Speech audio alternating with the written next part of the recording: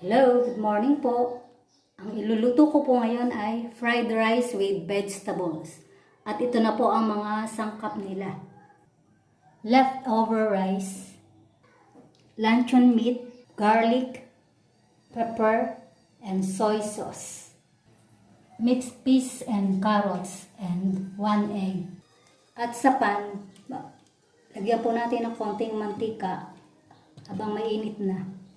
Iprito na po natin ito munang ham, luncheon meat.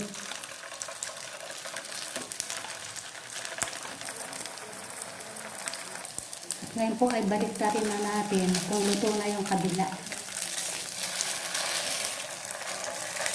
Pag luto na po ito, set aside na. Ngayon pong brown na at medyo lutong na, atin po munang ahonin na.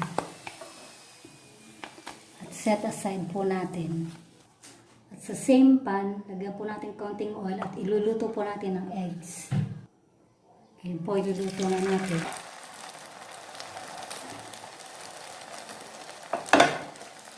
Kung luto na, baliktarin na po natin.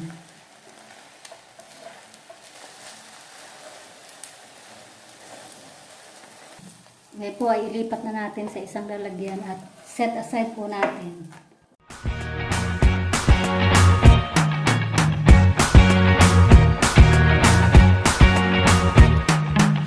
Forget the day we met. Your eyes so blue, me pressing through. I can't forget.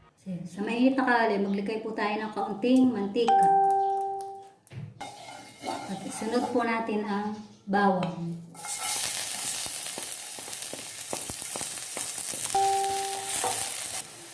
Brown na ang bawang, isunod na po natin ang kanin. Susunod na natin ang luncheon meat.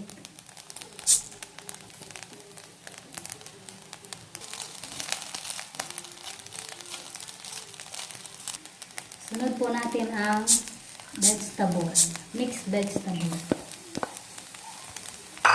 Haluin po natin muna bago ilalagay yung iba.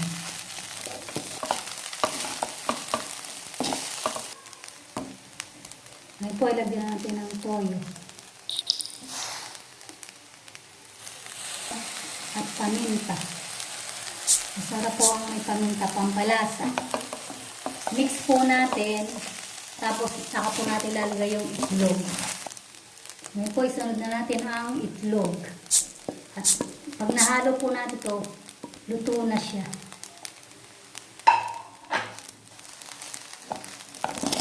Ito na po, luto na ang ating fried rice with vegetable. Lilipat na po natin.